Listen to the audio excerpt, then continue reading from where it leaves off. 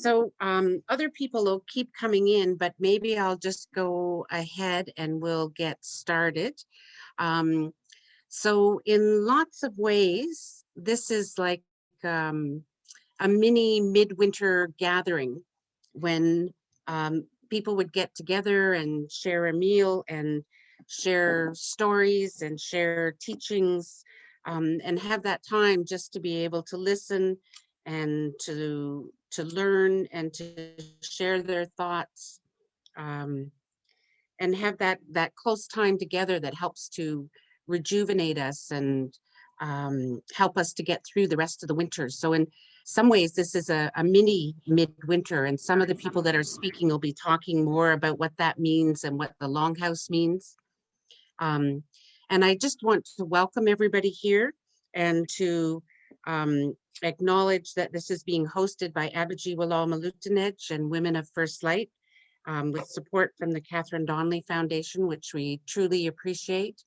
And that this organization is a Wabanaki women's organization and women-led, which doesn't mean exclusively feminine, but coming from that way of being.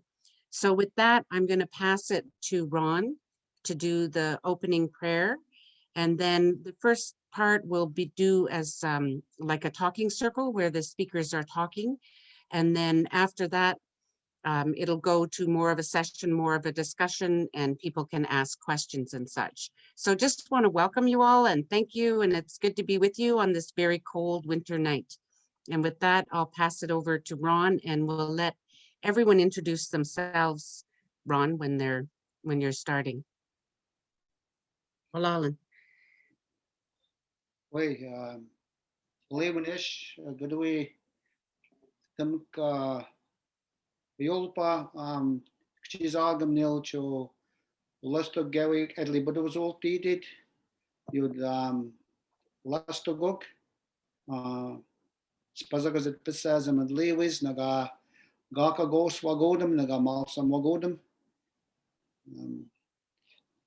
Gadui Tamka. The Bachi Mag Genzoswag, Najabal Gilwa, Najibwigawam Makolti, Najabal Naji Muslimuinen, Gaki Minen, Wijoka Minen, Edelosiag, you'd Gulawak, you'd Macwag out, what Elwigoltiag Chibanuk, the Gazonesnog, Uskiasnog, Wategwestnog. Leeuwenchuk voor Bouwse Wagganawa, Gizalmopa. Could we Archoya and Nigwis with Skik to make? Nagapside Wayas, Season, cheese in the mass with the Zip Seasic. Nagapside Wajawal, Zamagwanal, Zebel, Zibu Seasel, Uspam, Ozabagil. Naga Stajikol, Naga Edligak. Miigam'agan, Naga Pizonal, Leeuwenchuk, Pabausa Wagan, Wanagilawa, Gizalmopa. You did a skijo, skik the mig, dick you the water the Ebasi Lumkik, nid the attic, nid Gulawak, nid Scud, the Magwana Scud, Nagapside Tipquan, Gulawak Tipquan. Water the Lumkik. Naga Gadui Lozawalta Moag, Naga the Baji Mug, Wat Spumkik Edley Wiggle Dated, Nigwis with Nibau said, Mosums with Westpadau said.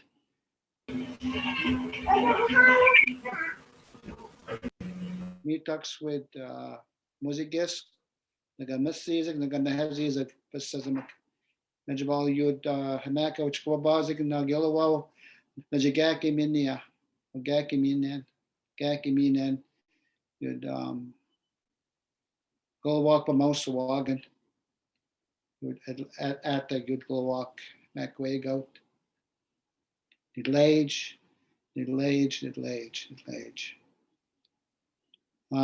Greetings.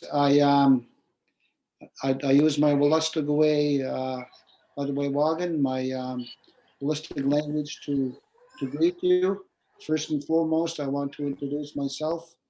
My traditional name is spasaqsit possesom, which is Morning Star Burning, and I represent the Crow clan and the Wolf clan. The Crow clan through my mother's side, the Wolf clan through my father's, and I'm the traditional Grand Chief of the Wolastoq people, and as the miigam'agan, the Malazit.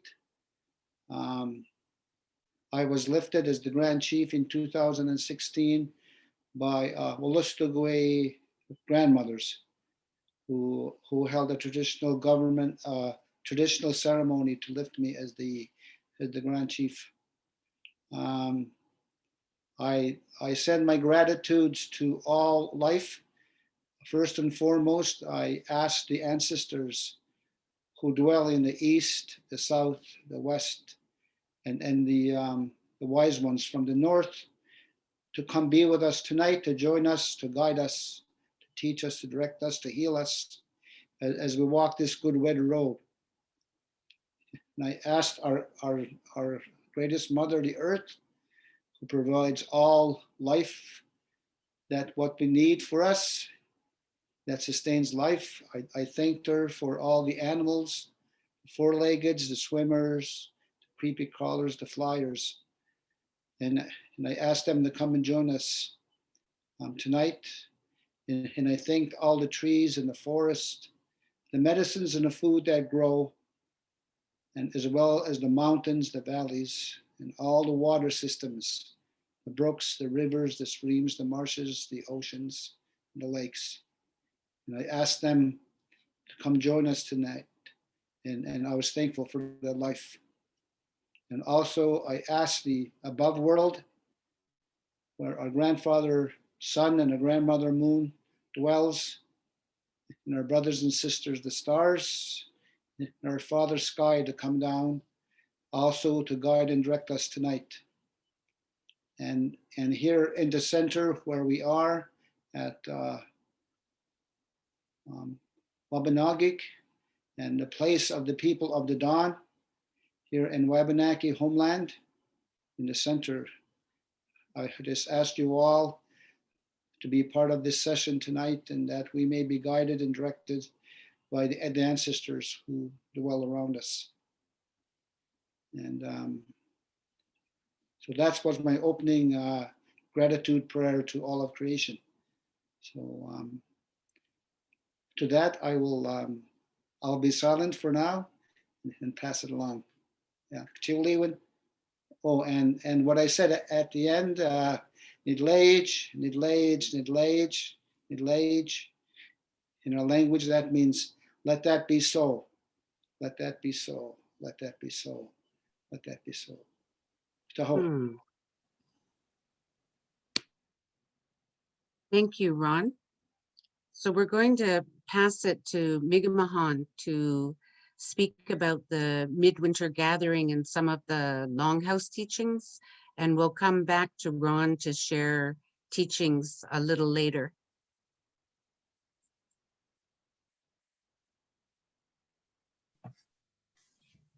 Walalin Ron, hi. Walaliak Dandelbe Dayo,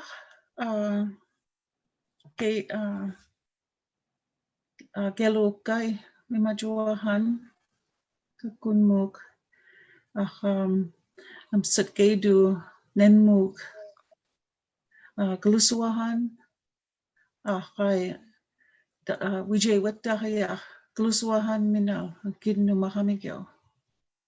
So, just to acknowledge gratitude to the source of life, the natural world, our sacred mother, for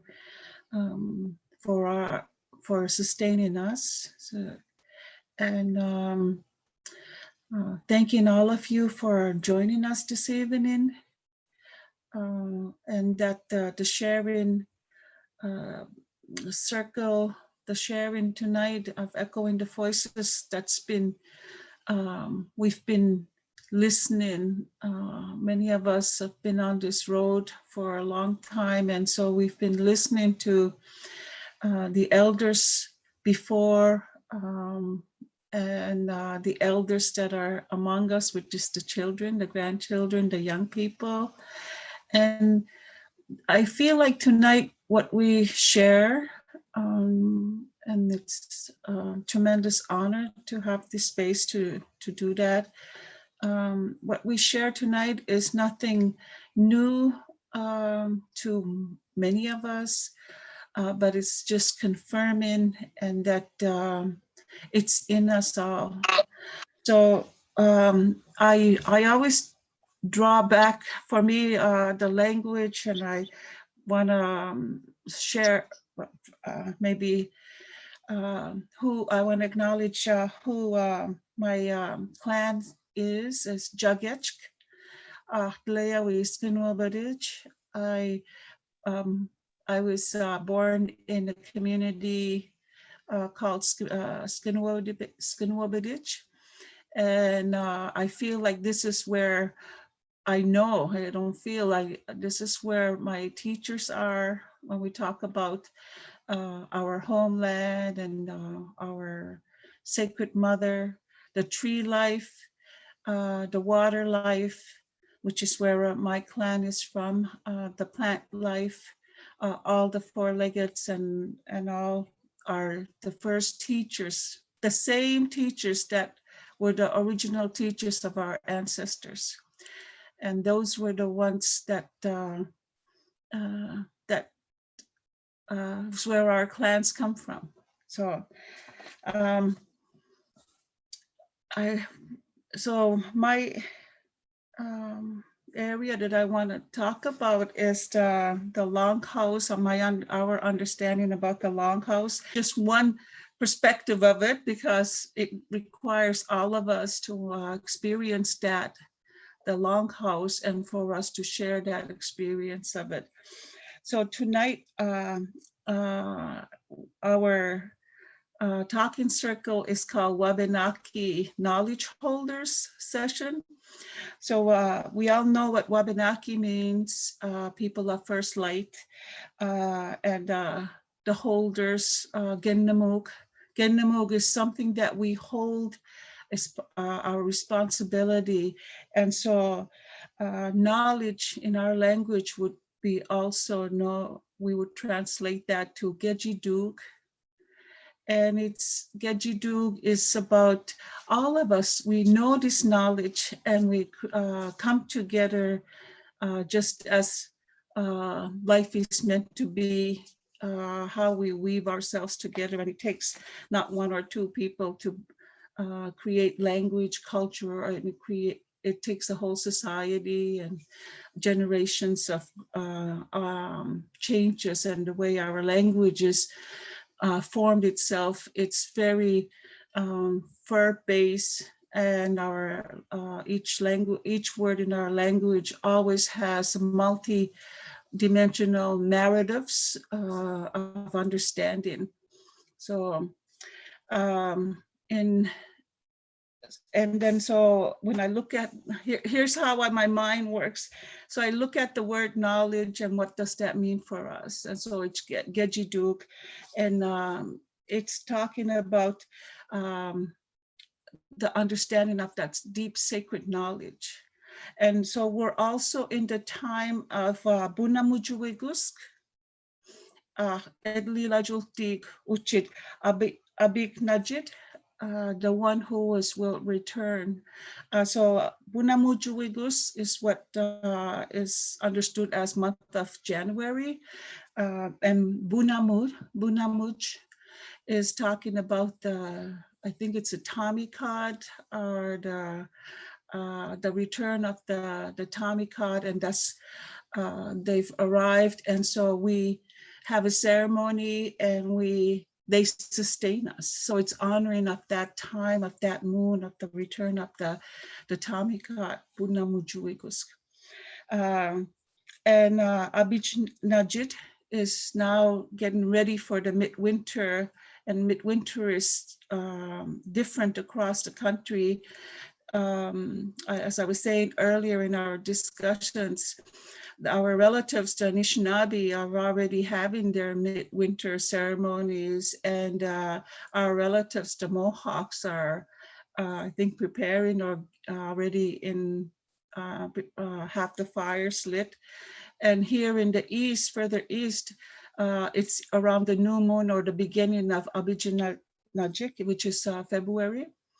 And how all that is measured, because we are guided by the Depkik, the night.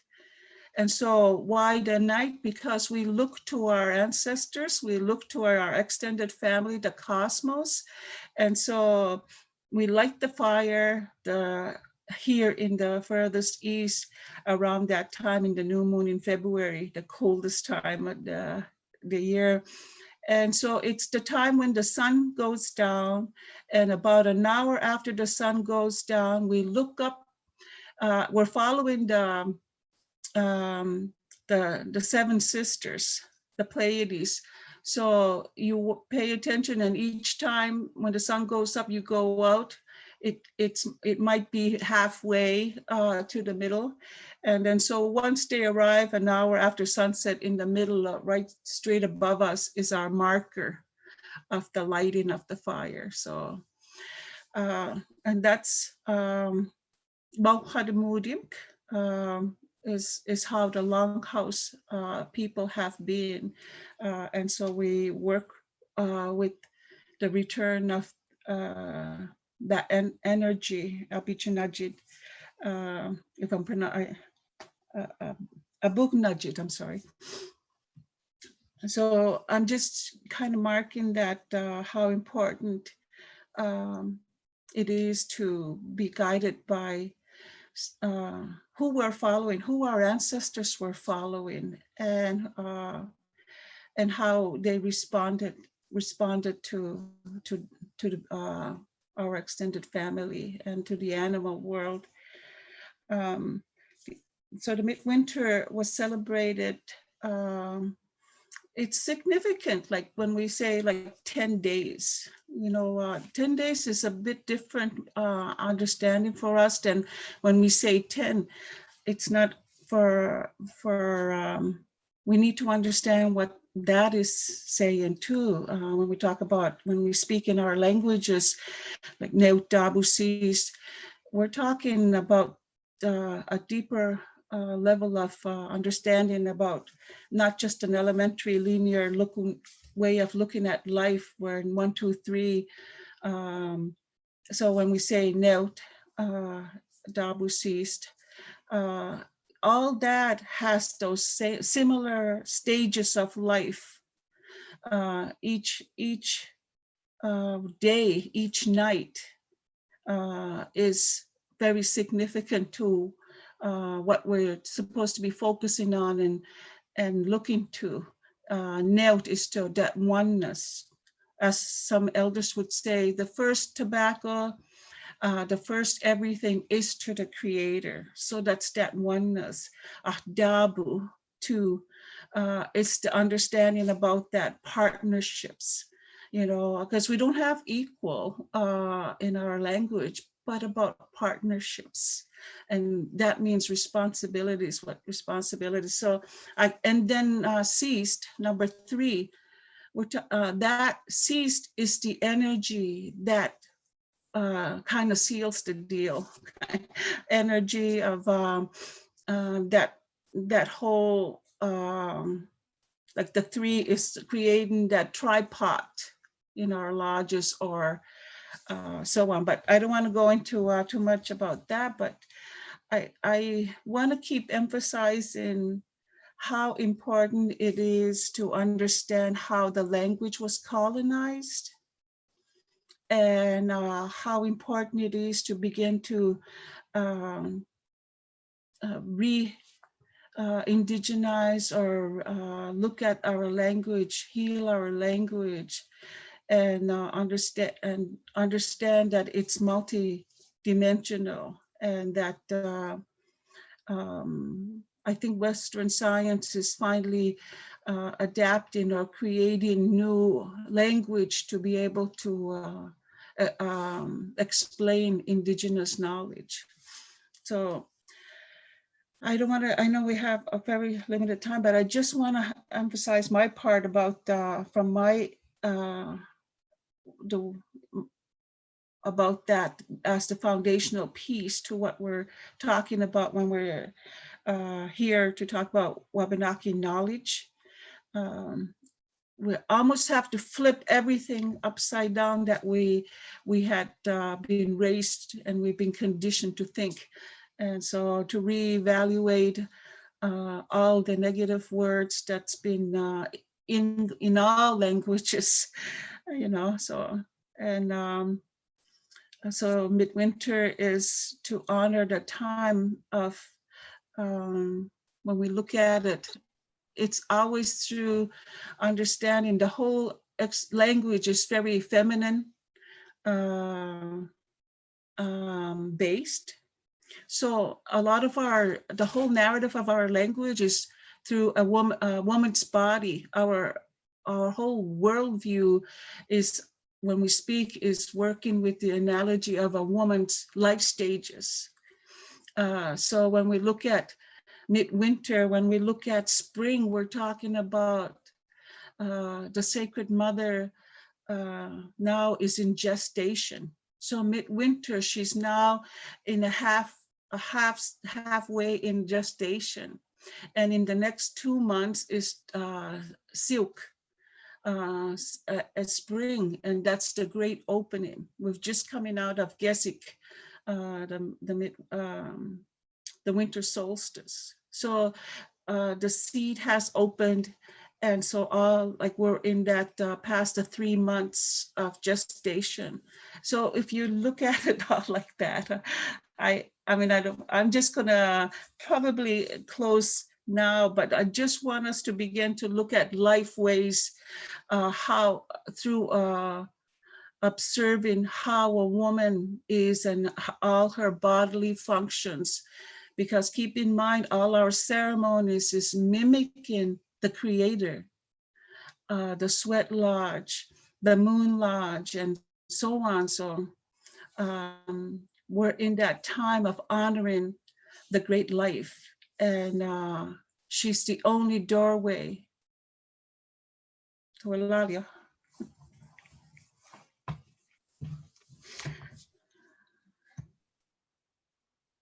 Thank you.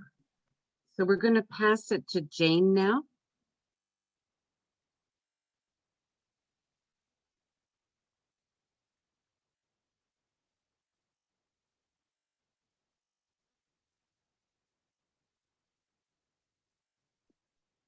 Goodness, sorry about that. I was trying to get my mic. Gwe, Bojo Ani, Tanze, Unsego, Skanangoa. This comedy after Louis Digit, Amsquas, which Wabania Hagewisk, Nchija Mich, Wade Desibo, illegally Wabi, Mesterbegejit, and to the Mikjik, Anin miigam'agan Wapna'kikewi'skwaq. So greetings from my heart to yours. My traditional name is First Dawn Woman. I have the spirit of the gray horse, a white buffalo warrior, and I belong to Turtle Clan, the Mi'kmaq people. Well, like Ron said, Turtle and Fox. The Fox Clan is my father's, Turtles for my mother.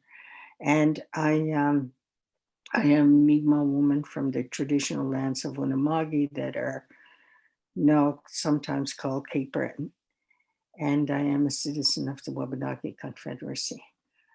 I was thinking that as Mi'kmaq was talking and Ron, like, what topic do I want to discuss and what do I want to talk about? But I think what I wanted to talk about is the importance of ceremonies within our culture and how we have ceremonies from from way before birthday. It's like that. It's to say that we have ceremonies from long before the womb to long after the tomb. It covers every aspect of our lives, and they are important, and they ground us. And one of the ceremonies we often talk about, and many of you have seen or have taken part in, would be pipe ceremonies, sweat lodge ceremonies. And then there are other ones that are specific to age or specific to the time in that things have to be done, like Miigam'agan was saying, like the midwinter. And then we also have the winter solstice. And in our language, we call that Nibialasudamak, which people have taken and used it for Christmas, but it's really not Christmas. It means it's a winter solstice, and what it actually means, it's an all-night vigil, that we're up all night and we pray. And we do a pipe ceremony at daybreak, at dawn, to welcome the sun coming back, and the longer days coming back, and gratitude. And most of our ceremonies are always about gratitude. When we talk about midwinter too, it's again about gratitude. And Miigam'agan was saying about abuganajid. One of the things that we do with abuganajid always we also follow that Gregorian calendar now. So on January 31st in the evening, just before midnight, we place food out onto the land. And it's our people call it abuganajid esamut. And just one sec. Oh, I don't know.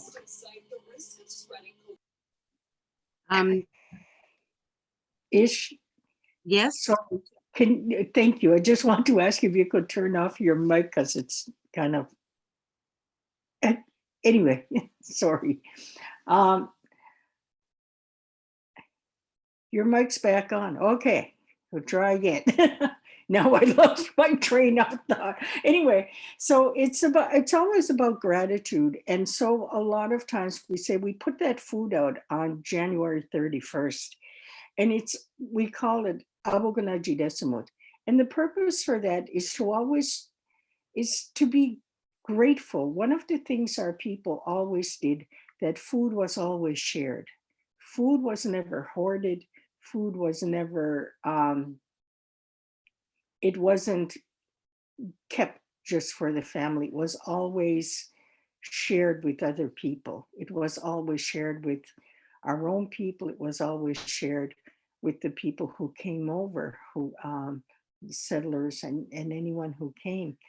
And you'll find that in many Mi'kmaq homes. But anyway, the thing is, the food is put out, and it's to thank Creator for bringing us halfway through that winter, that we're already halfway through, and with Creator's blessing and kindness that we'll make it through the other half. And that's what that whole process is taking that food out. We put the food out, I put it out on a plate, and I smudge it and I pray over it. And then we put it outside. And we just put it down, put it on the ground and leave it there. Now, if the animals eat it, that's okay. It is an offering, food offering that has been made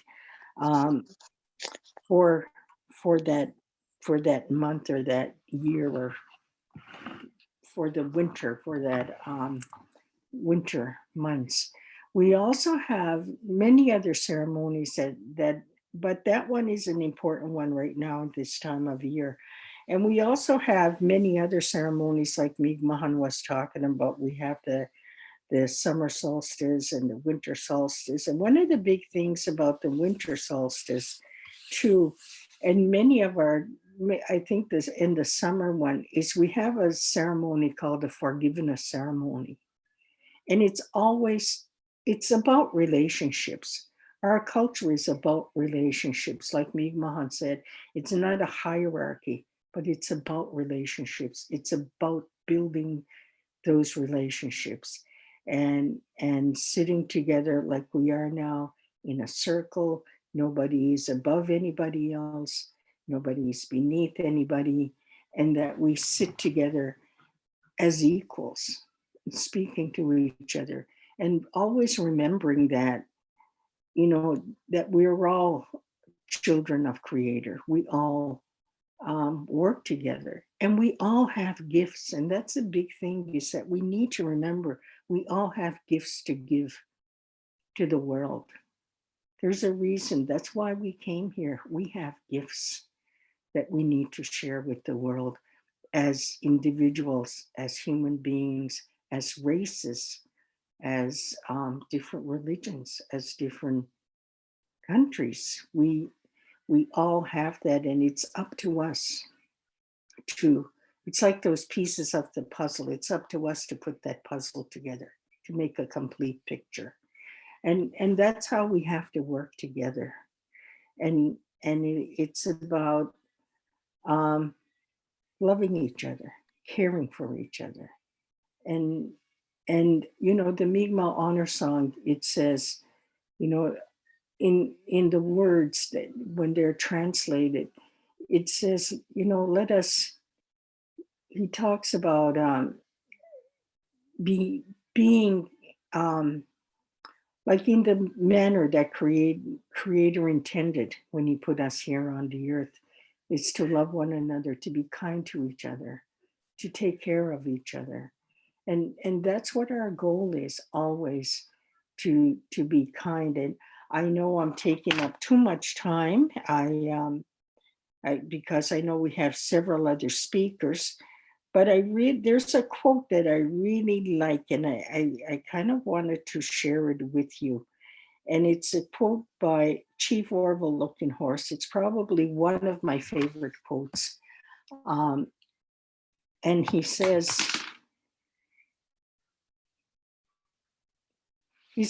each of us is put here in this time and this place to personally decide the future of humankind. Do you think you were put here for something less? And that's from Chief Orville Looking Horse at the Lakota. So thank you, Walalio, Miigwech, and then Yawa. Thank you. So we'll pass it now to Kathy Martin, if you're back on here, Kathy. I am. I'm here. I'm in celebration because I have fiber up, and Jane really loves when I say that. I have fiber up as of 3 hours ago. We finally have it. So hopefully this works.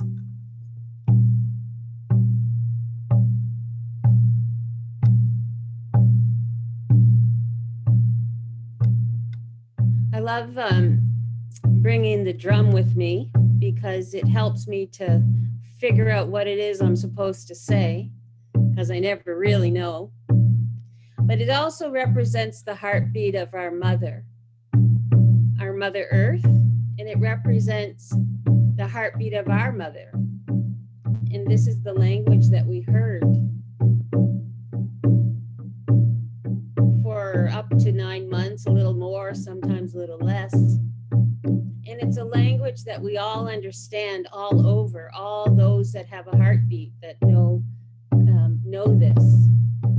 So one of the things that I've always been aware of and taught is that when you don't know, not just when you don't know what to say, but when you're a little nervous or just when you need just to kind of ground yourself, that you drum. because it brings you back to that place that a lot of us wonder, why does that sound familiar to me? I don't know, but it just makes me go back somewhere. And it goes back to the place that we came from when we were nurtured by our mother. We were safe in that sacred water of her womb.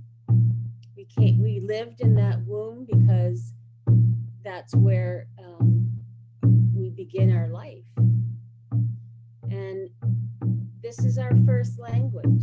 And if we all do what I was always taught, is to speak from your heart, then you will be speaking the truth. And it's your mother's first language she gave us, and that's the truth, her language. So the drum represents the heartbeat of Mother Earth as well.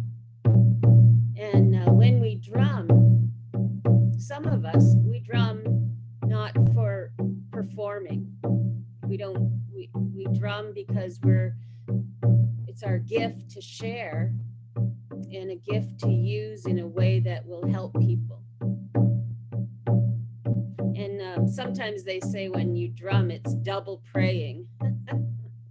I need double prayers all the time.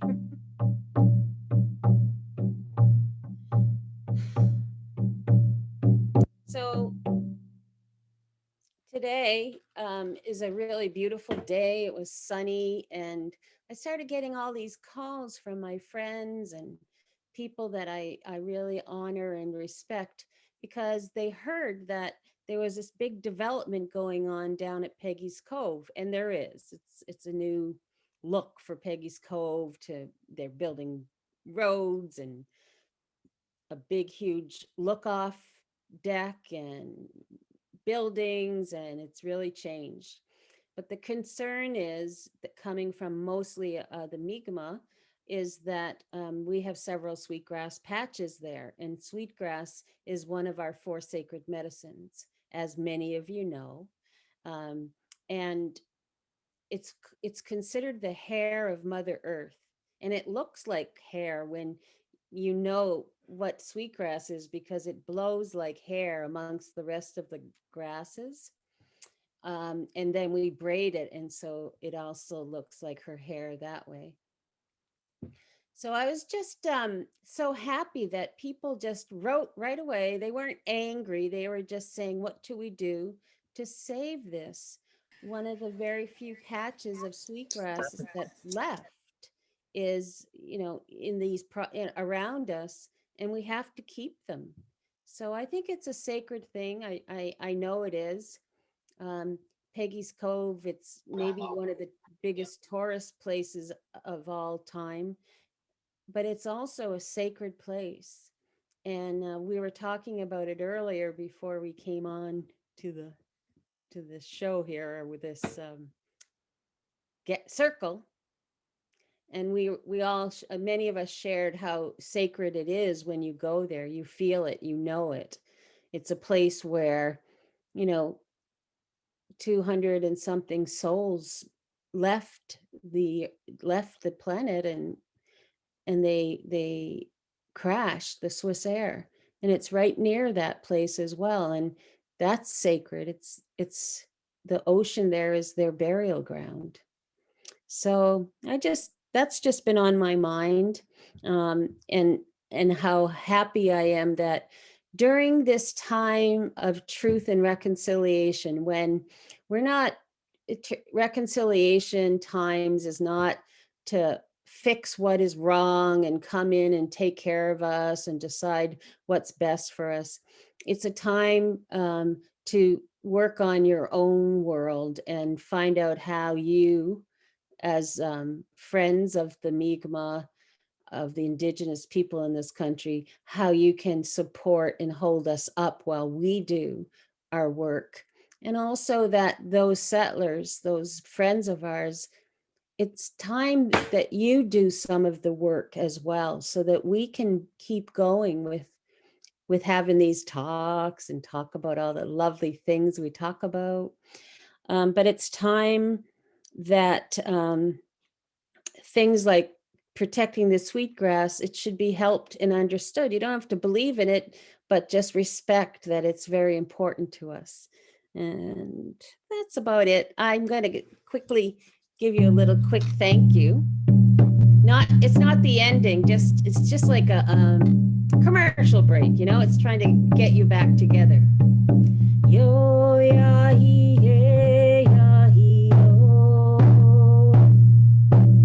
Thank you, Great Spirit, for thunder and sky. Thanks for the seasons that are part of life. Thanks for the daytime and for the night. Thanks for the way of our life. Yo ya he ya he yo ya he yo ya he ya he yo ya he yo ya he ya he yo ya he yo ya he ya he yo ya he ya he Daho.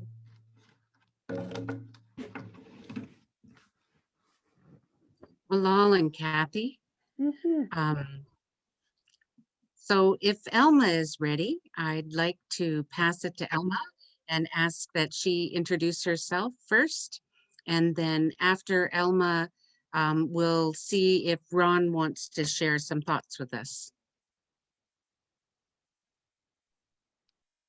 Well, I mentioned to you earlier that I was not prepared to speak at this time because I just recently received my link to notify me that this meeting was actually happening. I didn't know about it. So I don't know what to talk about. I want to thank Catherine and Jane, though, for their lovely teachings. And it would be nice if I would have been able to think about what I wanted to say a little bit. Well, Alma, And maybe later I could say something at the end. Alma, Yes. it's all we are doing is what we do when we come together. We just share some of our thoughts. It's Mhm. nothing to prepare for. It's just, you know, we're just gathering and we're sharing because a lot of people wish they could be with you. And Yeah. so this is what we're doing. We're offering that opportunity for all these beautiful people. I've looked at the list. There's some great people here. Oh, I know. I've been looking at the list here. Yeah. To see who's all on here. Well, I don't think we understand enough about the importance of Alma Brooks. well, I know what you always do this to people when we get together with you, Kathy. You won't let anybody off the hook at all. I try to raise you up, Alma. I raise you up and acknowledge all of the good work that you've done with us and helped. Oh, I know. Well, I'll share then. I'll share a little bit. What I think. Right now, I'm doing a lot of work around the resiliency centers and trying to help to develop the programs for healing programs. And there's something that I was very, very interested in when I heard about it, because it's a new science now that's being talked about, and both Western science as well as Indigenous practitioners are interested in looking into this new thing. I think the reason why it's so interesting is because science now is beginning to recognize quantum physics. Before, under the Darwin's theory, science, if you couldn't see it or measure it or weigh it or hear it or smell it, it didn't exist. That was their theory.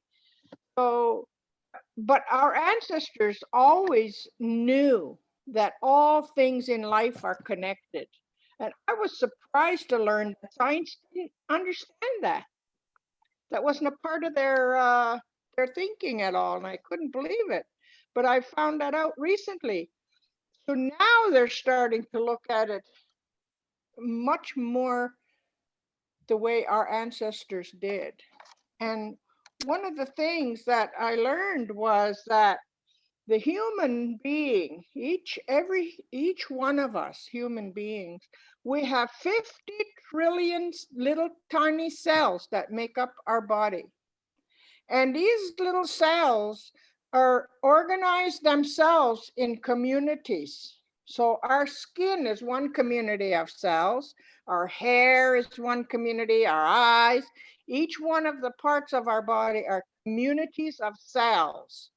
And our heart is made up of specialized cells. And they said that they found that these tiny little cells, each one has a brain and each one has a memory. So our memory is not just in our head. Our entire body, we have memory. So just thinking about that it's mind-bending, really. So they know now too that we as women especially, but also men, we transmit our ancestral memory from one generation to the next. And that ancestral memory is held into those cells, those little tiny cells that have a brain. Isn't that amazing? When you think about that, that's amazing. But the problem is we also transmit trauma and hurt and pain. We also transmit that from one generation to another. And I was thinking, you know, as I'm studying this, I'm looking into it and I'm studying it. And I think to myself, well, how far back does that ancestral memory go, I wonder? These are some of the questions that pop up in my head, you know. And we also, I'm learning that each one of us are programmed. Everyone is programmed.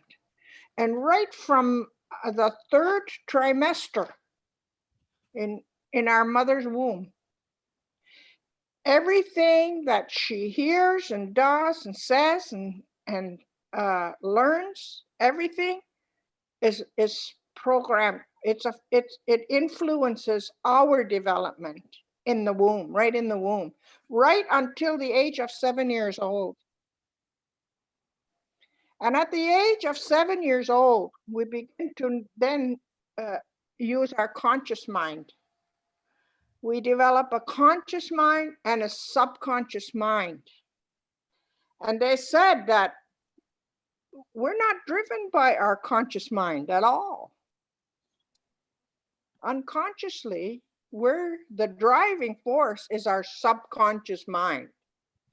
And so from through the third trimester to the age of 7 years old, everything that's downloaded, everything comes from our family, our community, our nation, our environment, everything that's like, we're like a computer.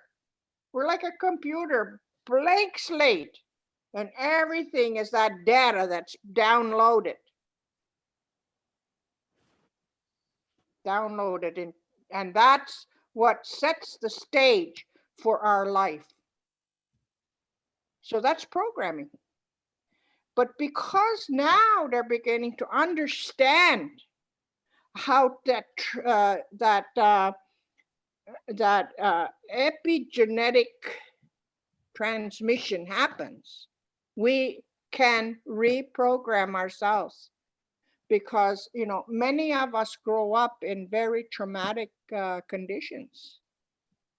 Sometimes right from the womb. We all know that. I'm not telling anybody anything they don't know. They already know that. We know, through no fault of our own. colonization has left a bitter pill. It has left a not a good legacy when it comes to Indigenous people. And so a lot of the memory we still have and still carry, and we still transmit that, you know, to the generations. It's possible to heal ourselves now. It's possible to heal ourselves from everything, including cancer, including diseases that, but we have to reprogram ourselves. So it's very important what we believe, and it's very, very important what we teach our children to believe about themselves. You know, so many children, so many grow up with not liking themselves very much because of the things that they've been told, you know,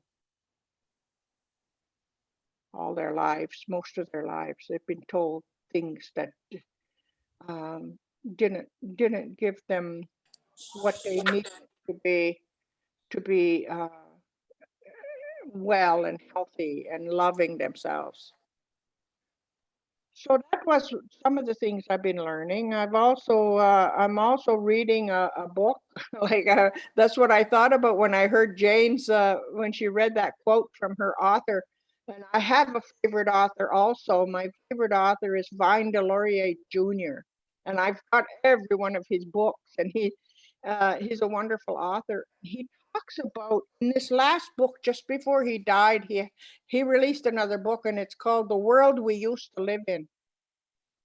And in his lifetime, he did research into what the old medicine men, mostly focused on men, although women were just as powerful. But in his research, he focused mostly on the medicine men and the extraordinary feats that they used to be able to do. They could change the weather. They could, you know, they could predict. They could answer questions. They knew where they knew where the animals were when they went to go and hunt, and all of these things. And so he described a lot of the ceremonies that they did. And one of the things he said was he believed that, you know, we probably do possess that capability today. We just don't have the knowledge. We don't have that complete knowledge. And he said that he believes, after reading all this research he did, he believes that we've kind of lost a little bit of that because of Christianity. Because our people didn't believe in a God that was up there somewhere. They believed that God was here on earth in creation itself, and that we were a part of that. That they believed that you know, the spirit of our ancestors are not that far away. Those that went on the other side are not that far away, and that they were able to communicate with them, sometimes through the vehicles of animals or birds or something in creation. There was sometimes stones. These stones, they could do miracles just with these stones. So you know, I'm very interested in that kind of thing, because we have to bring that back. There's no reason why anybody has to pretend or make up a story about spirits. Those spirits are real, but they need us to be listening. We need to be listening and paying attention. One of the ways the old people that he said, was that they observed nature all the time. They were always observing. They would observe the animals, the birds. Not all the birds would be a vehicle, but that particular one would be. And they wanted to know, or they had to know the signs, you know what I mean? So anyway, those are what I've been doing lately in my COVID, you know, we're in red here in Fredericton. We're in the red. We're in the red zone now, and I don't know if that means lockdown, but it's pretty darn near it. So yeah, so that's all I'll share for now.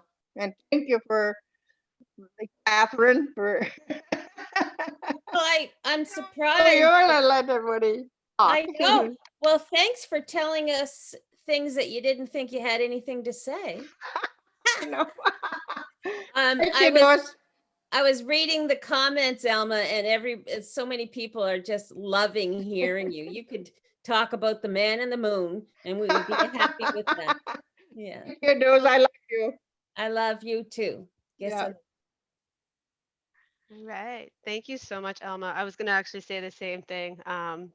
For someone who said they had nothing to say, you had some powerful messages. So I'll call you out for lying there. Anyway, no, it was beautiful. Thank you so much. And I just wanted to reiterate a little bit too. You know, I work in healthcare professionally. I'm a nurse, and the stuff that you're talking about is stuff that I'm starting to see in my career.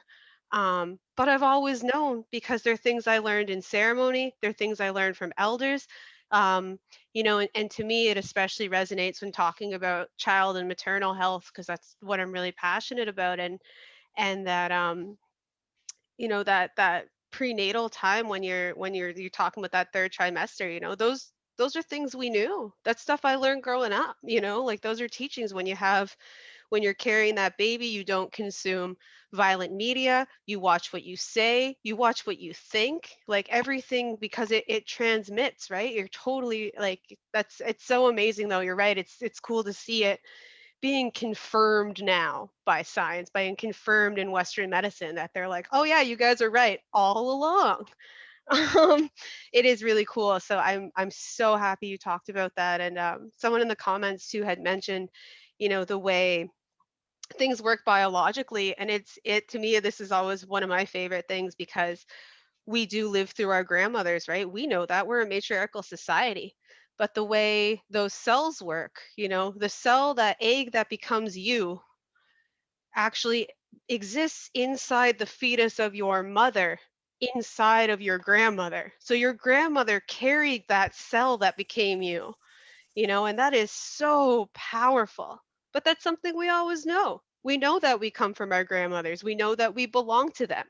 So anyway, I just thank you again. And we're going to go into, just going to ask Ron if he has any more teachings to share in kind of to close out the circle aspect. And then from there, we're going to go a little bit more into like a conversation style, popcorn style, let the grandmothers and Ron just share what they need to share and talk about things that that speak out to them. Okay, thank you. Yeah. Still even those could we get West. I'm going to share this what I've been kind of researching and concentrating on this time and place now of COVID, that I had reflecting on Wampum. And in our language, Wapapi akonutomakonol are translated to Wampum laws.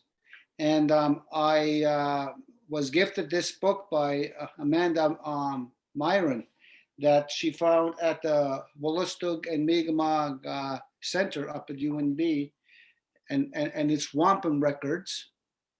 And it's actually Wampum laws that were created back in the late 19th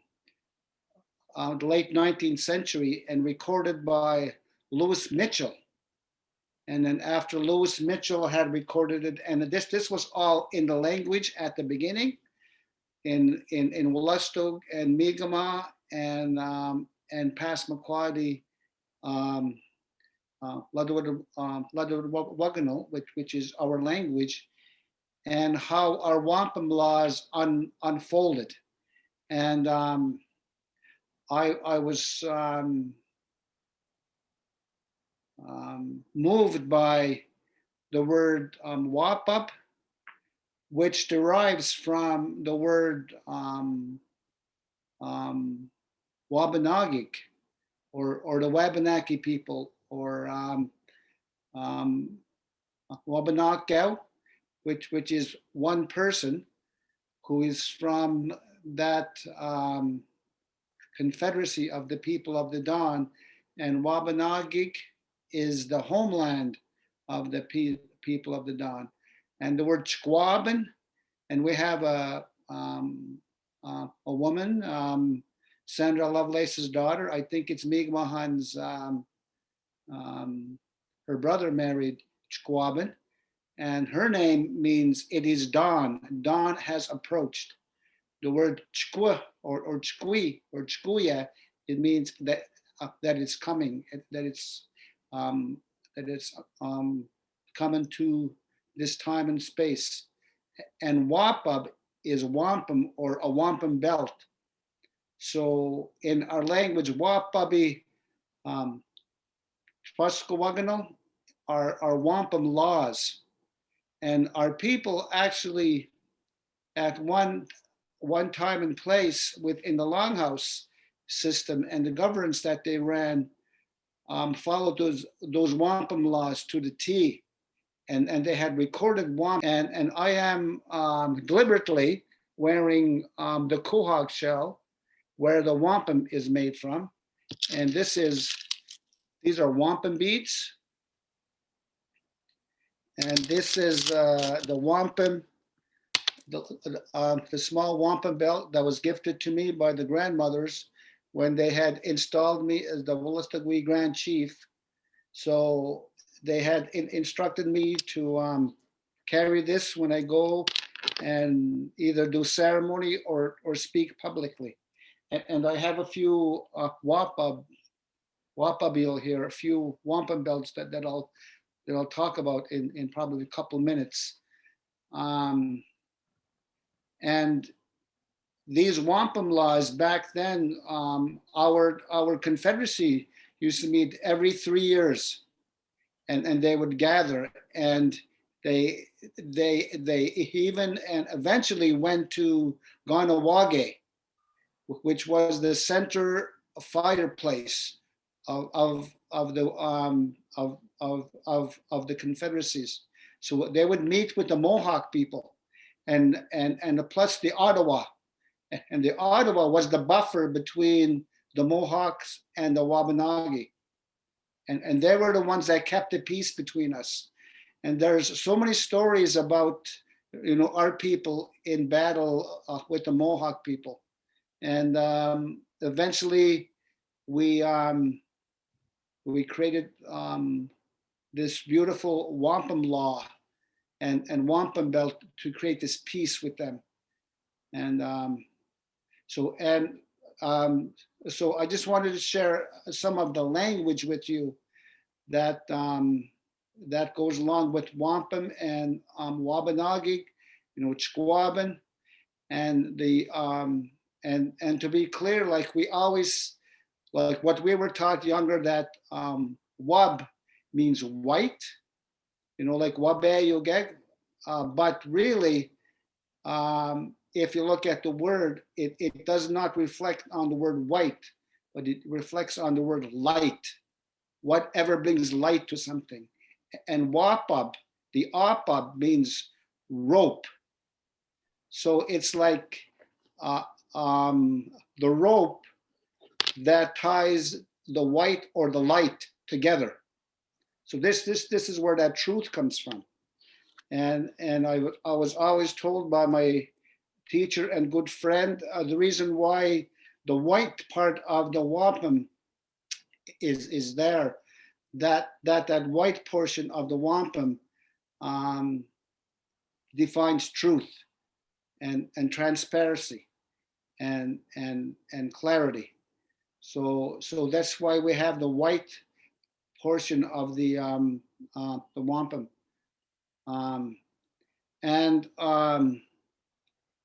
When we talk about the connection to spirit, and I had researched far and long about this whole concept of a greater being or greater beings. And I found some really old documentation written in the Wolastoqewi language. And the word creator or God or great spirit was not there. That concept of a God or a great spirit was not in our language. But what I found was the word K'chiniweskwaq, which derives from the word Niweskwaq, which means she is spiritual. And the word K'chiniweskwaq is that great spiritual feminine. And that was at the beginning. And the word, I know miigama get kind of, especially the Catholic miigama get really scared when I say this word, but K'chimundo,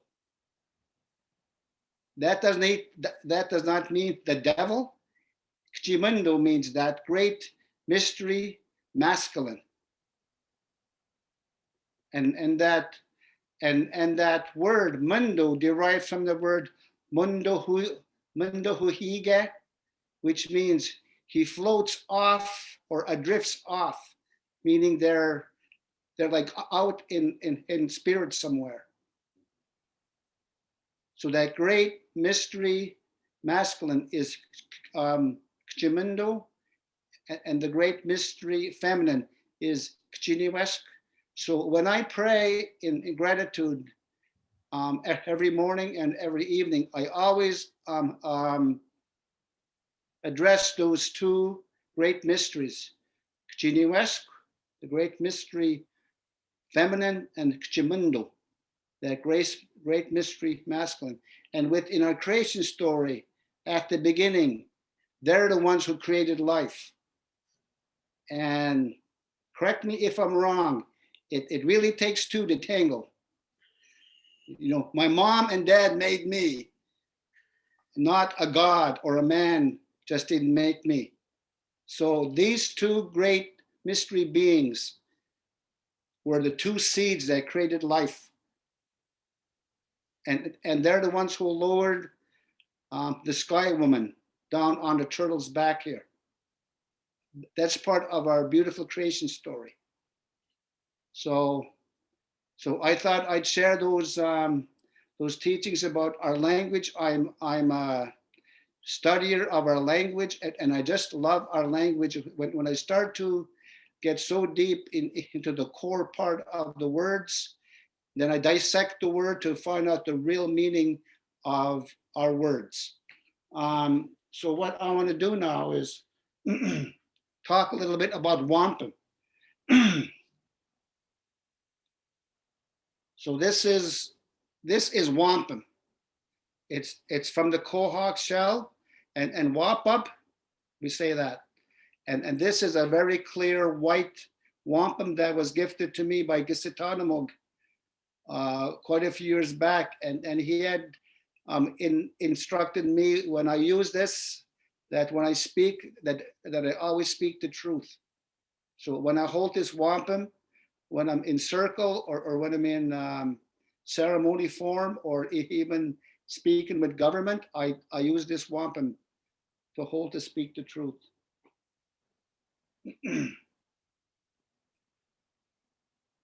This wampum was created by the Wabanaki.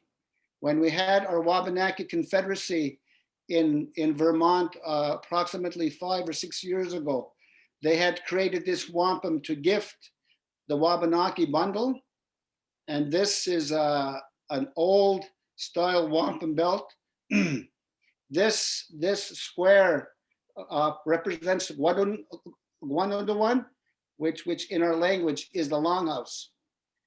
And these 5 stars here are the 5 nations the Miigam'agan, the Wolastoqewi, the Passamaquoddy, the Penobscot, and the Wabanaki. And the pipe represents the balance between the feminine and masculine. And when you put that pipe together, that creates life. So this is the pipe of peace and friendship amongst the five nations within that longhouse. So this was created by the Wabanaki, and they gifted our confederacy with this beautiful belt.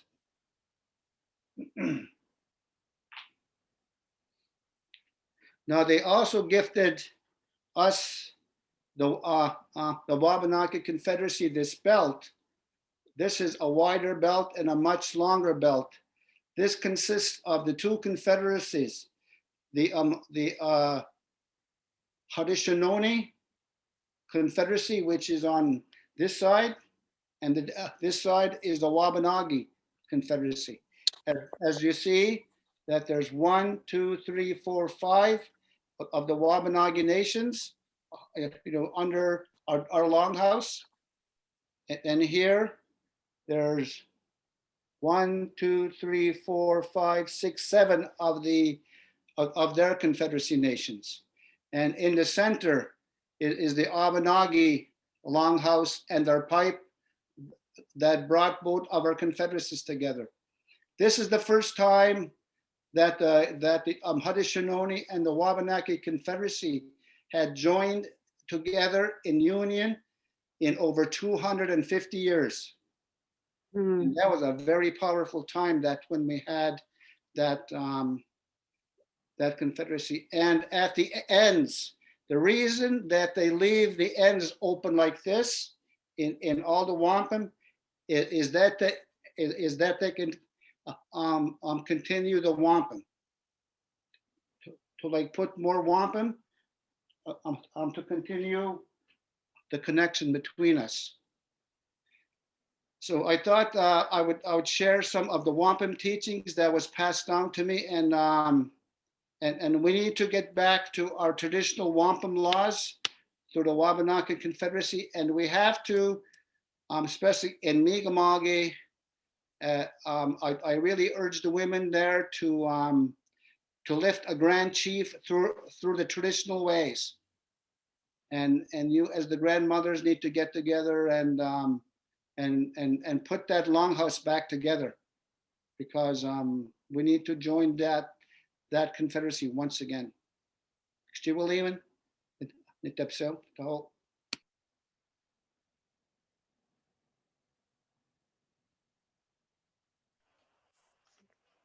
Thank you so much, Ron, for sharing that. So beautiful. I love those wampum teachings so much. I know we've gotten a lot in my family too from my, well, just one of my aunties in Elsie Bukduk, but Serena Francis has taught us a lot about that too. It's amazing. But I love them. And one of the things I loved about them too, we talk about those traditional contracts, because that's what they are. They're contracts, right? They're agreements.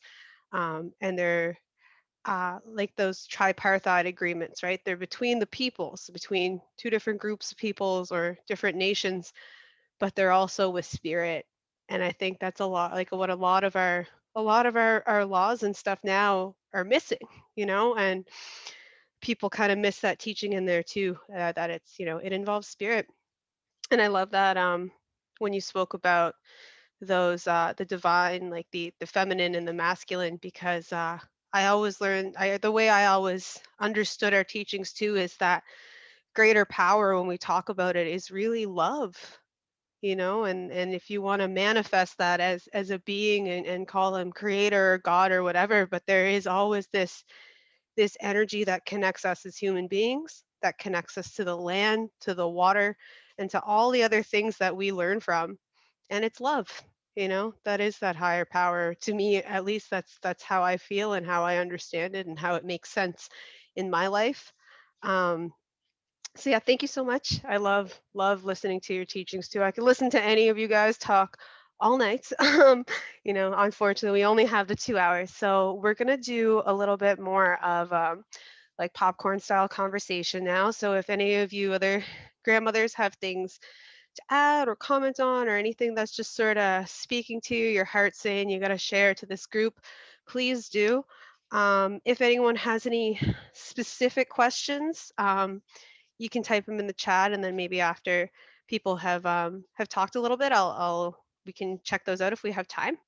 But yeah, just gonna invite whoever of my my aunties and my mom to speak if there's anything speaking to them.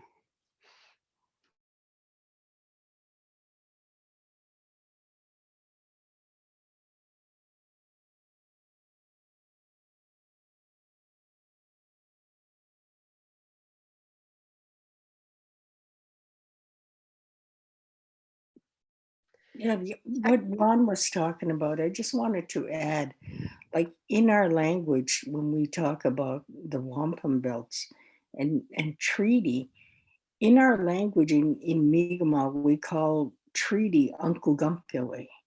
And it means, that's exactly what it means. It means the peace. When we say it to each other, Willie Uncle on it means let us have peace. So those treaties, when they named them, when they called them akonutomakonol, they were always about peace and caring and togetherness and working together. That's all I want to share. Thanks.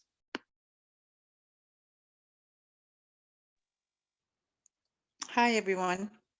I don't know, I think you guys can hear me. I'm not quite sure. Yep, you're good. Okay, great.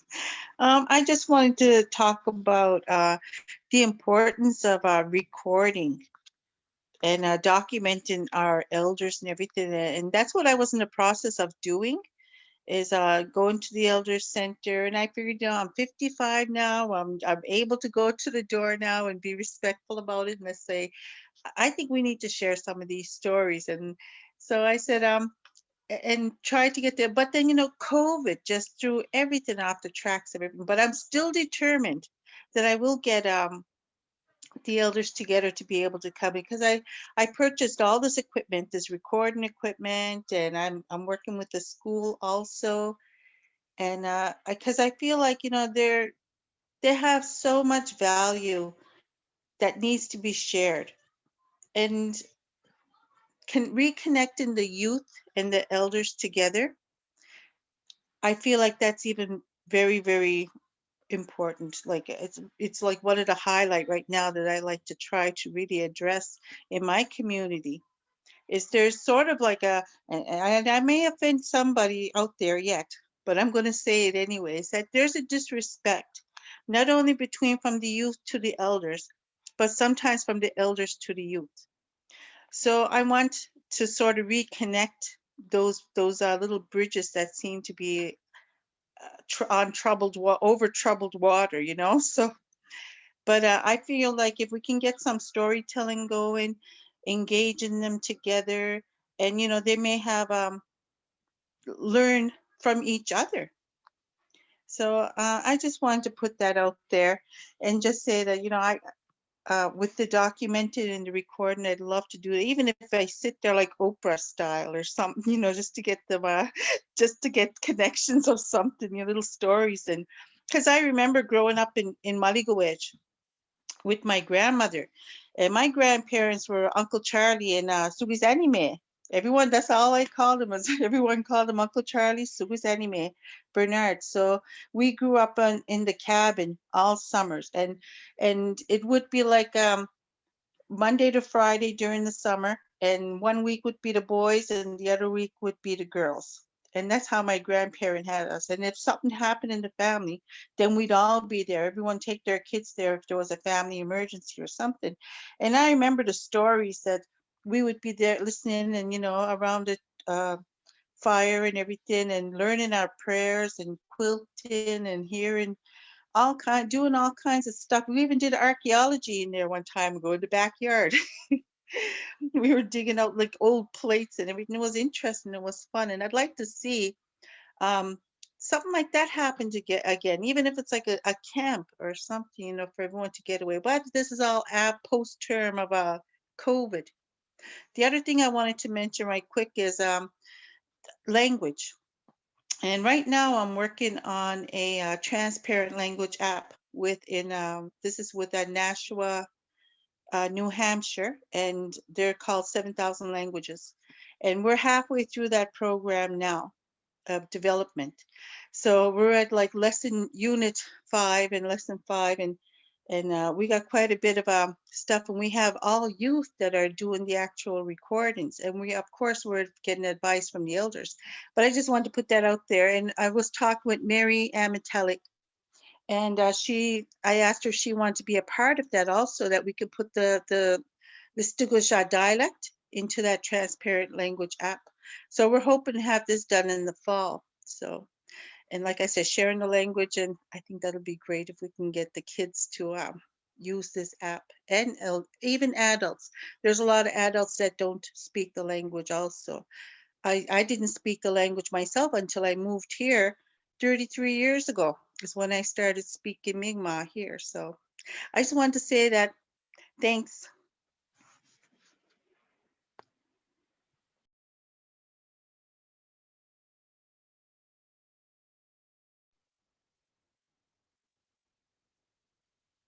Mig or Janie, Kathy, any thoughts that are rumbling around? I just wanted to, when I started to share, I wanted to open it up with us to rethink about our language. And one of the things that's being vastly awakening in our communities is the reintroduction of our language. And so a lot of us, we've been focused on decolonizing and indigenizing, rehealing our language. And so just briefly, like what happened over in the colonization process of our ancestors is that what the thinking that came did not regard the voice of women. And so when they arrived, the exchange of communication and the language that was captured was sifted through a colonial lens, which means that the woman was left out of that whole understanding.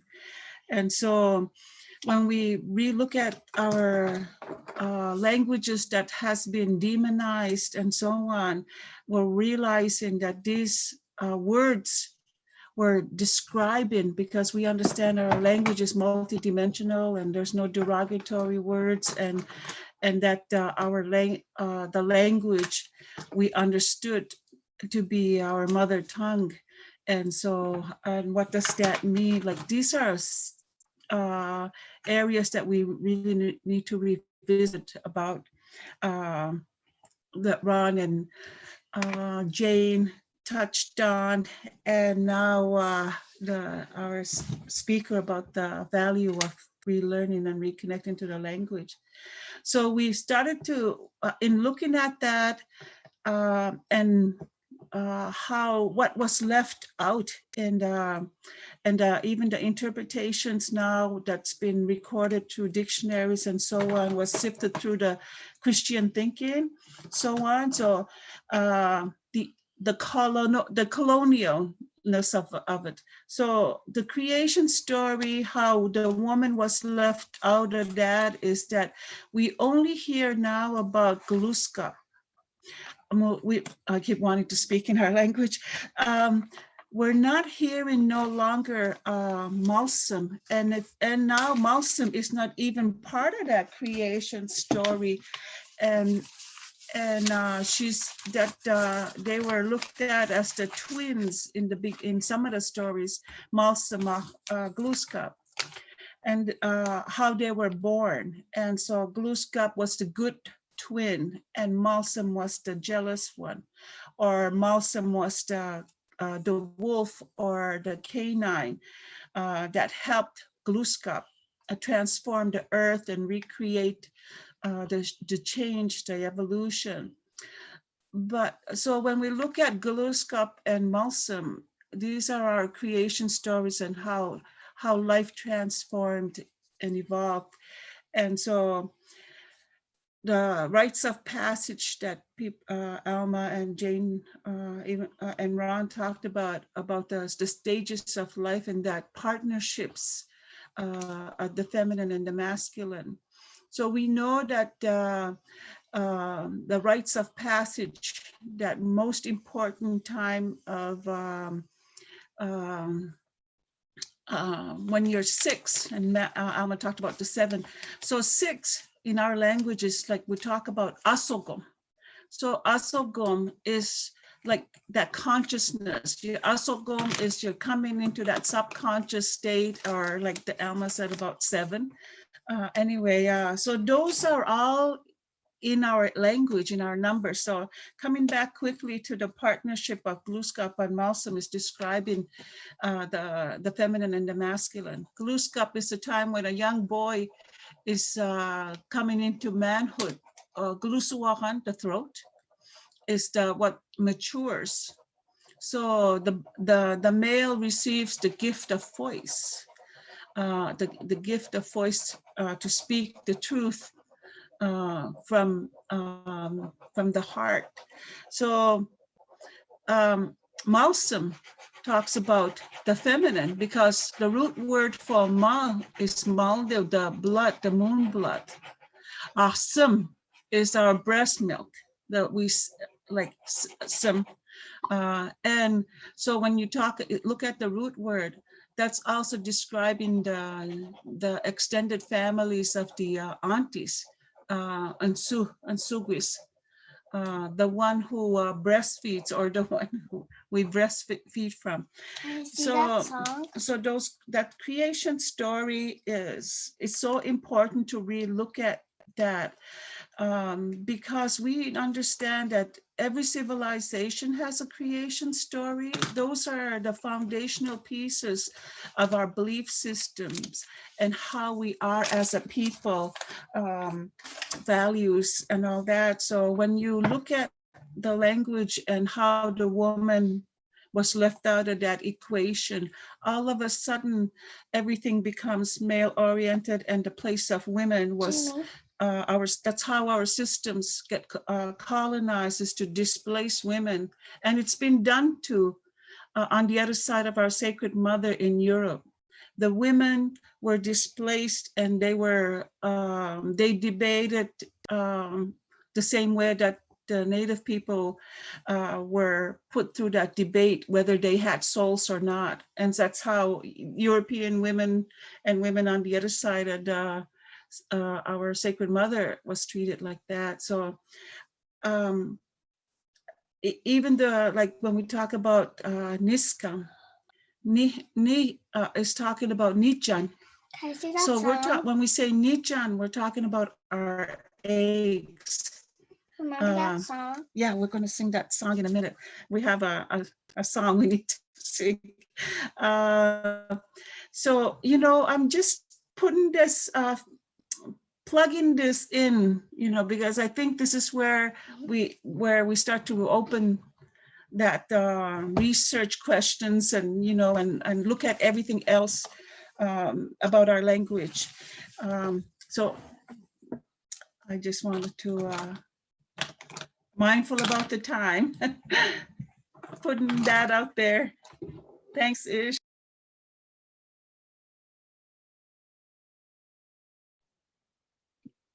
I thought you were going to sing us a song, Mig.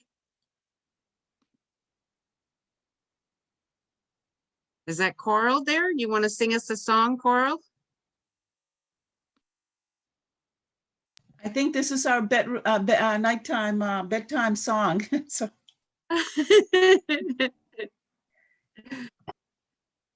So wondering. I'd just like to share a little bit about our language, Wolastoqewi Wagan. Our word for home is wigwam, and our word for mother is wigawis. So right there in our language, it shows who is the head of our homes and our lodges is the woman. If I say nig, it means my house. If I say nigawis, it means my mother. So it really connects to the feminine. The home is a feminine, and this is where, and then the womb is nigok, like it's where you nest. That describes that where you nest. So it really describes in detail how our whole language and the identity of who we are reflects on the mother. It goes through the maternal side of who we are. Lehman.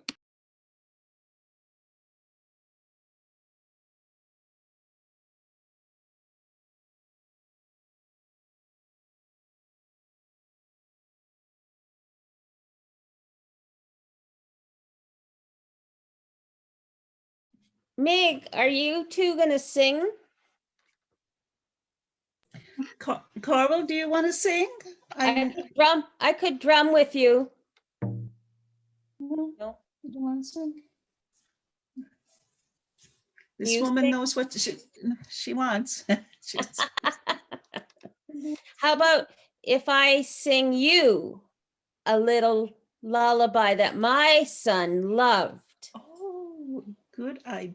It's called apparently a Wolastoqewi a Malice Lullaby. I don't know, but it works. Naji, naji, nagagina, gagina, jiwane.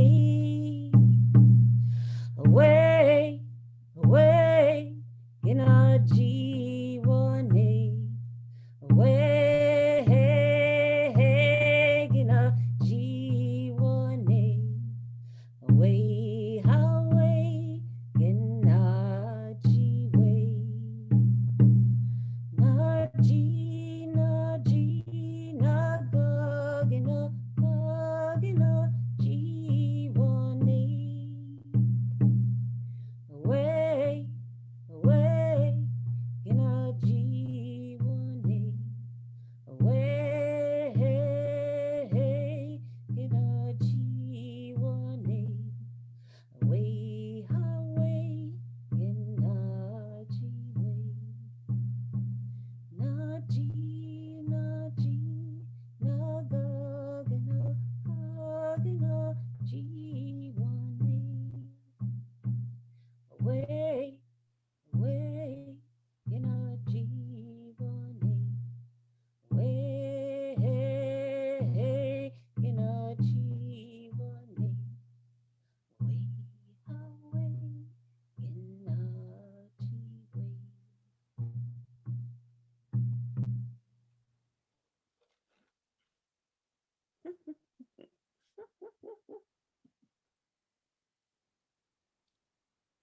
She left.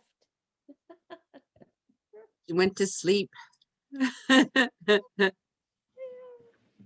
She's gonna be something. She's been hanging around with us before she came out of the womb. She was with us. Yeah. So a lot of the children have been with us since they were, born. It's been wonderful to have them around us all the time.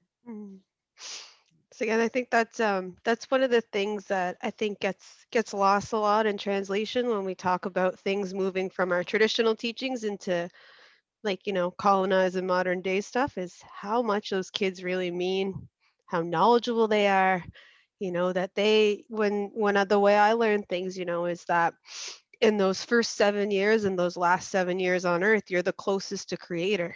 That door to the spirit world is easily opened in those times in your life. And so I think like a lot of times our children are underappreciated, for their knowledge and their wisdom and their connection to spirit. Because like when Alma was talking about that intergenerational trauma, we also have, like she said, we also have intergenerational knowledge, and one of the teachings that I carry that's really dear to me is that our knowledge isn't gone, it's not lost forever. we can find it, you know, we can find it through spirit, we can find it through ceremony, we can find it through prayers and vision and fasting and all of the tools we have to find it again, you know. And when we talk about the language, you know, I don't really speak a lot of our language. I know a little bit, but I also know, and especially from me and from my mom, I've learned a lot. And even what Ron shared today, I didn't know much of, but it's amazing that language is really the key to our knowledge, you know. The more we learn about our language and learn where we come from and learn the roots of those words, like Ron said, he does the work, he puts in the work and figures out where stuff comes from, it pulls it all together. You know, that knowledge is ingrained in us, ingrained in our spirits, it's in our blood, and it's in our language. So I think, you know, it's so awesome and so powerful, and I love listening to these people talk. And it just always resonates with me. It's so strong. So thank you guys for all of that too. And someone in the chat had mentioned that asking about the matriarchal systems, and with clan mothers, they asked, like, is there clan mothers? Any of you guys want to talk specifically about that? About what? About clan mothers and the clan mother system? Wasn't listening. Okay. I just want to add a little bit to what Ron and you're talking about. Is and Alma, I'm just amazed of the memory part. I love that, Alma, because I was just talking to Ed Purley and Albert Marshall yesterday on another podcast on oceans, and Ed was wonderful, and he spoke about the memory. The water has the memory since the beginning, and that the turtle, one of the most ancient beings and lives very long, has memory and has carried that memory from time immemorial till now. Anyway, I just was reminded of that.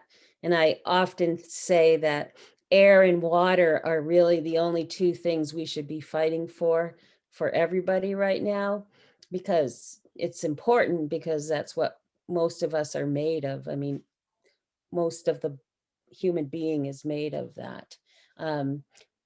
But I don't know, just from listening to everybody and playing my drum and learning stuff, I often talk about the fact that when I drum, I'm bringing us back into our mother's womb, but I'm also going back to my very first grandmother.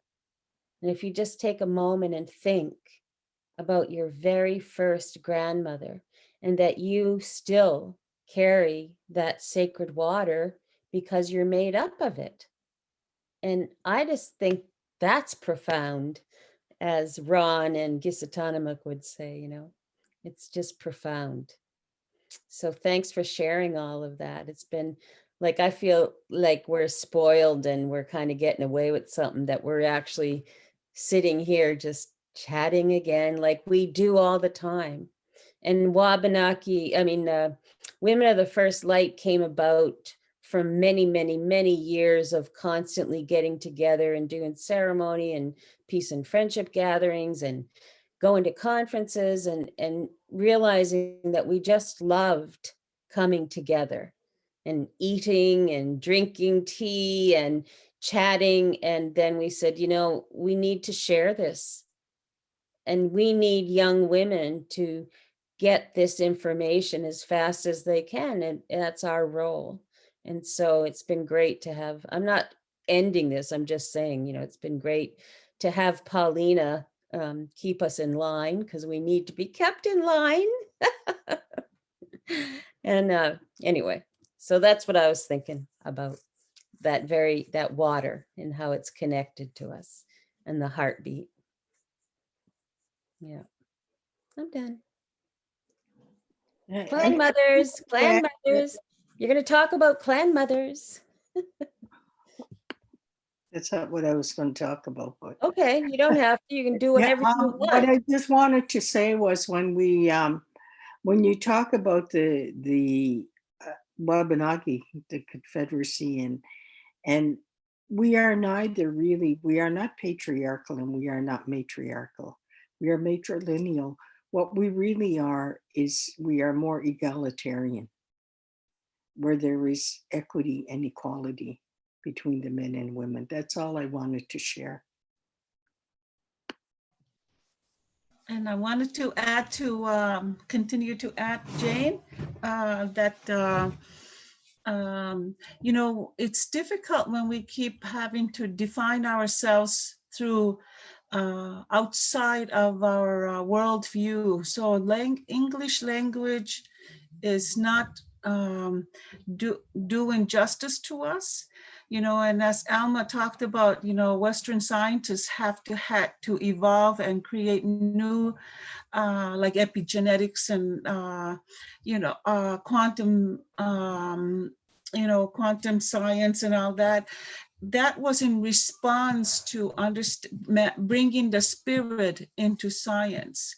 So, you know, and this has been a bit frustrating, you know, because we're still looking through the colonial lens as we begin to talk about ourselves, and it's impossible, just as impossible as what the elders said during the moose tanning hide during Fredericton. They said that we cannot teach the language outside of our culture because it's not fully giving us the environment to get to understand. So now, like when you say Bisqua Akbasi, you know, we were in a different setting and a different understanding. Today, if you say that, they're coming into different kind of dwellings, a dwelling that is not meant to connect energy into the earth, you know, and that it's not spiral or silical, or, you know, creating that vortex of energy. So there's a disconnect. So we're learning to come in, and the children are getting a visual of a different environment and using the language like that, but the spiritual element or the feminine element is not there for us to see and feel and make reference to. So anyway, I wanted to share a little bit about the language and this is coming truly to explain about the clan mothers or the grandmothers, and that all the names that are aligned with responding to the female body or the feminine life is something that it's not a role of responsibility. It's an understanding of that presence of that element of energy. She is like in the space of presence. So like Unkich, the creator. When we say Nuch, Nujiabohon, we're describing all the, if we go down to Ankalamuxis and Chiganam and Sis, you know, Niskamijinah, you know, when we start to go on that line of talking about the men, it's all describing their responsibility to the feminine. And when we talk about, so when I say Antus, my daughter, I'm making a reference that she is that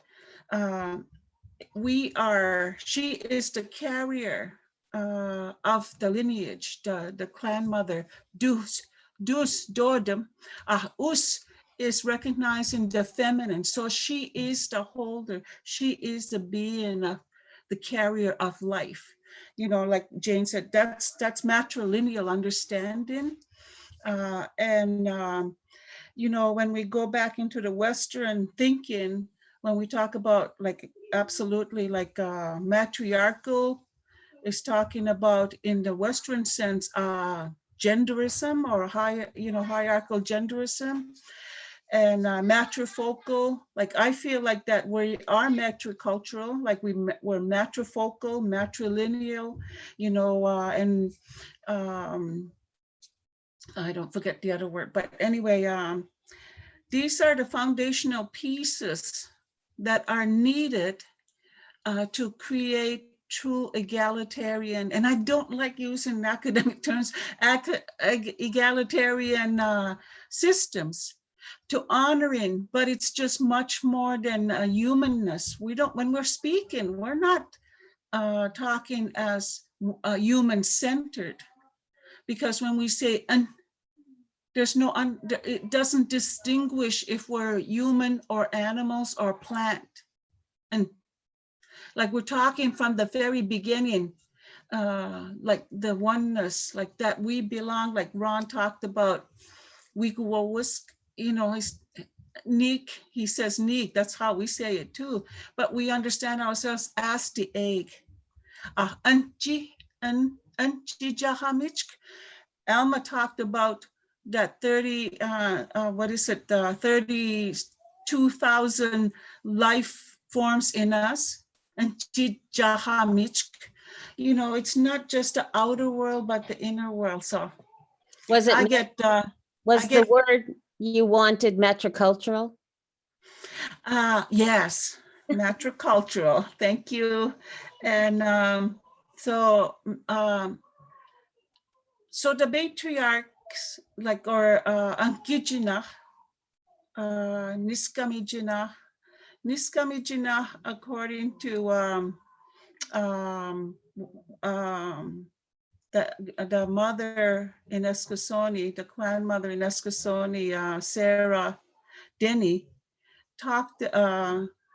shared this to her children about her, specifically to her son, who went around sharing all this, because he was the voice, that he expressed himself in that way. So, I think it's just important to recognize that we have a clan system, and that we understand that the clan systems are maternal, or feminine. And I love that. I wrote it down too, from the womb to the tomb, and that is so powerful. We are the keepers of the womb to the tomb. So, and all the teachings. Anyway. My cheeks, I can see them on the screen. They're all flushed. I get too excited here. Same things happen to me. So good luck. I'm like, my face gets all red when I have to talk to you. Yes. Yeah. And so when we just all the references, like they talked about the birch scroll, about the triangle and the stick person. The triangle is exactly what Ron described.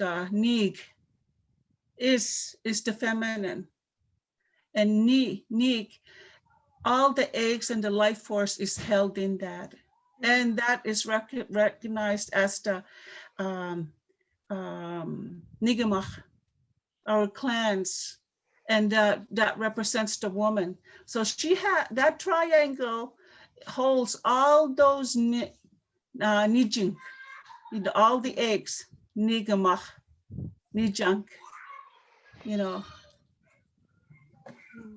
Thank you so Okay. much, Meeg.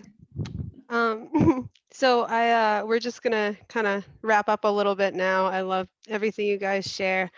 And in terms of the clan mother system, we talk about that a lot.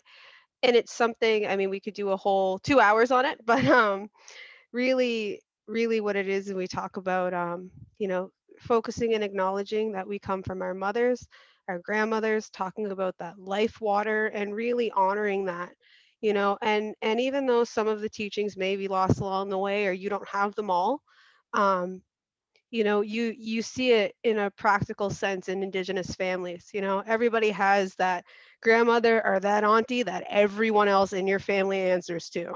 That's the person you go to advice for. That's the person you're afraid to swear in front of. That's who's going to give you a whooping if you need it. Like, we all have that, right? So, and they're loved. They're so loved and so honored and so respected. And so, I love that. But yeah, so, and Gail had said too, the other word from her daughter's theses from Amanda Myron, she said was matricentric, so that it's centered around that matriarchal stuff. So, and so anyway, I just wanted to thank all of my aunties and my mom again for being here, and Ron so much. I love listening to him too, and it's been so wonderful. We appreciate you. We love you guys so much. And Ish also wanted me to mention we are going to be doing a youth circle similar to this next month in, I don't know if we actually secured a date, but we were talking around the end of February. And it's going to be me, Ryan Gould, who's also from my reserve, Hannah Martin, that's Kathy's niece, and Rosalie Labilois, who I also just love. She's also a member, or has gone to ceremony in Manitoba, where I've done a lot of ceremonies since I was a kid. So she's one of my ceremony sisters. I'm really excited for that group. But I'm gonna just kind of let it come out, or let everything go now. We're gonna I'm gonna ask my mom to do a quick prayer, and then have Kathy sing us out. And so we leave here in a good way, full of love and gratitude, and just, it's so beautiful to be able to share a space digitally, because it is so hard, missing these circles and missing this connection. So thank you guys. Excuse me, I saw Albert Marshall on here, and I kind of want to defer to him for a closing prayer because I love listening to his prayers. If he's on here, would he do the closing prayer? Please, Albert. Walarin. Kuchino hakino.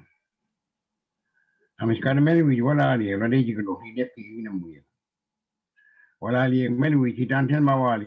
Walali melwi hitantel ya hidel mi hiksida antikra. Goyi ina sogusina. Walali hitantel se ko kisikina muya. Walali hitande jiglo nago kisko kisikina muya. Era mulek melwi jigna muya na tese ko orodi. Taji kodi, wanta kodi. Ora man sabo no gap nemi judesne. Melu jeda mulek gap siu yang kwewi, siu gina mune. Ora man afakina go iga isma pidadesne. Era mulek ne ga siu ya bona mune. Abona mune melu muna rada bu kada di jige kini mana. O ki ganda sortidi. Tante ujino da mau lugu dineno. Mau ya bona maru dineno. Mau sa sortineno. Mau ya mau ya sormadnen. Melu mau ne da ho kisi na muksi. Ahede ya baja ne buksi tante lo tingumne. Ankijina ai gana rudi o. Anega mo tesi kiskini meski de wakta mai. Nanega mo kiga tet pa ma so tiusne. Ega mo kikse da atik. Ankijina. Na kijina anega mo ksko tigo de miri. Nega mo pa kisi do di ma jwa na seskamo. Nega mo kisigina mo adi, akisigona di mitwadi. Akisko kini waji kisi do ta ho nega mo kismer go tmiri. Kismer go marudi. Wala li hitantel ya sidel mi oni ula ruswa biskar loni. Thank you very much.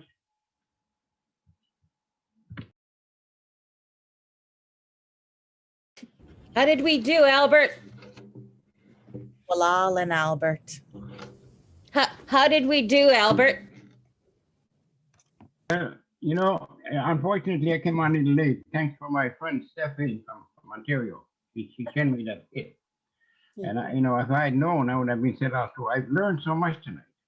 And you know what? I'm not I'm so concerned anymore. I was concerned for a long period of time that maybe our cultural language was dormant, not gone. But what I have heard tonight, it really opened my heart. My heart is happy because we are back. And let's keep this energy going, because you know what? We have this responsibility of ensuring that we prepare this next 7 generations to continue on what's been left to us here by our ancestors. Thank you. Albert, we just love you. Osit Lullaby, Glamuksis. Aha, Askirudli muy walolek. Uchitan, Derek Pisin, Chit Lusuan, Lali. Igo, igane, igo, igane, igane, akanudai. Igo, kanudai, hey, igo, igane,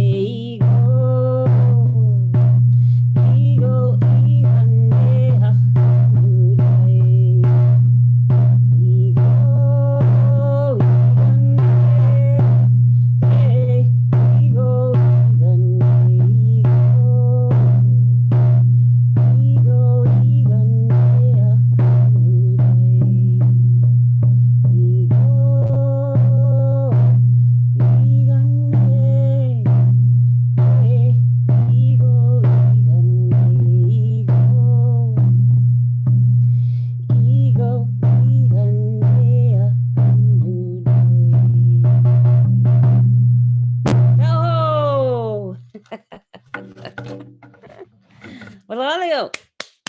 Yay, I love Oh, this one. Walalia Kathy. Woohoo. Yeah, but we Jeff. Nige wena kayam. Yeah.